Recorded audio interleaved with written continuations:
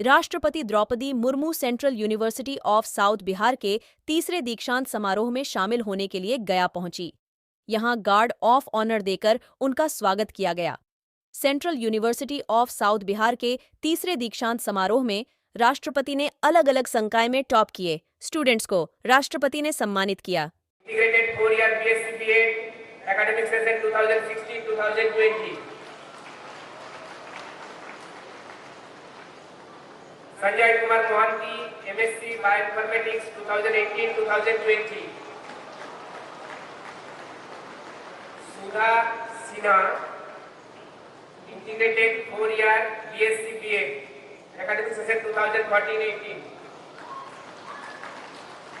रोमा कुमारी Integrated 4-year BSc BA academic session 2015-2019. Rabia Fatima MA Psychology academic session 2016-2018.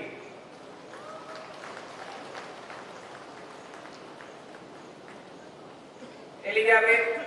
इस मौके पर राष्ट्रपति ने सभी छात्र छात्राओं को शुभकामनाएं दी। इस मौके किया कुछ कह रही है, राष्ट्रपति आपको सुना रहे। विश्वविद्यालय के सभी विद्यार्थियों को मैं बहुत बहुत बधाई देती हूँ। उत्कृष्ट प्रदर्शन के लिए पदक प्राप्त करने वाले विद्यार्थियों की मैं विशेष सराहना करती हूँ। मुझे ये बताया गया है कि विद्यार्थियों की को दिए जाने वाले पदकों की कुल संख्या 103 है। इन पदकों में 66 पदक हमारी बेटियों के लिए हासिल किए गए।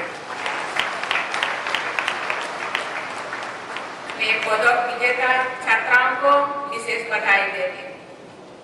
आज जिन 25 विद्यार्थी ने यहाँ स्टेज पे गोल्ड मेडल लेने के लिए आए, उनमें से भी उन 25 में से भी 18 छात्राएं थे और 7 छात्र।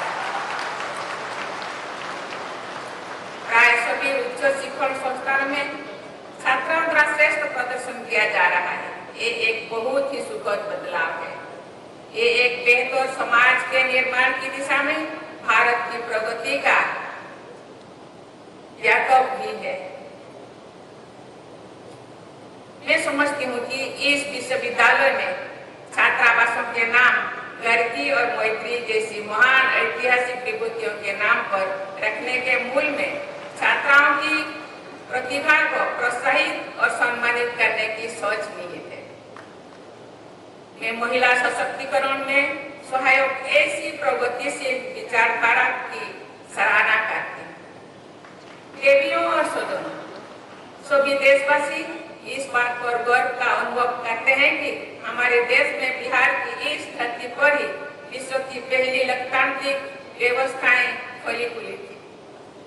संविधान सभा में अपने समापन भाषण के दौरान बाबा साहेब डॉक्टर B.R. आम्बेडकर ने कहा था कि संसदीय प्रणाली के अनेक नियमों को भारत के प्राचीन गणराज्यों और बौद्ध संघों की कार्यप्रणालियों में देखा जा रहा है।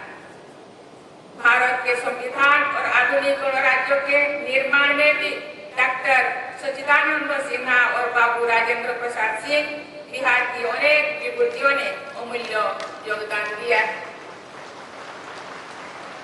प्राचीन काल से ही बिहार की ये धरती प्रतिभाओं को विकसित करने के लिए प्रसिद्ध रही है।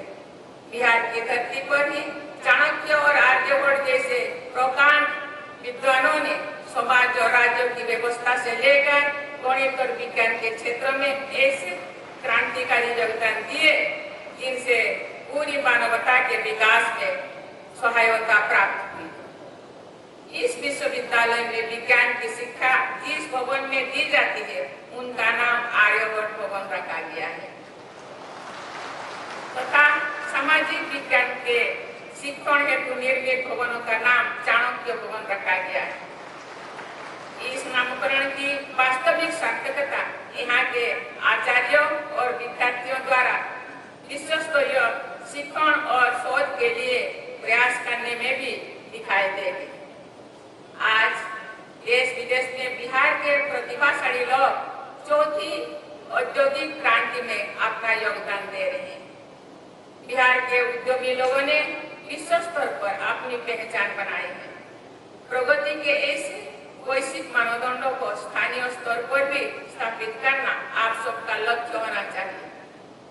दक्षिण बिहार केंद्रीय विश्वविद्यालय के विद्यार्थियों को भी इस परिवर्तनकारी दौर में अपनी सक्रिय भूमिका निभानी चाहिए।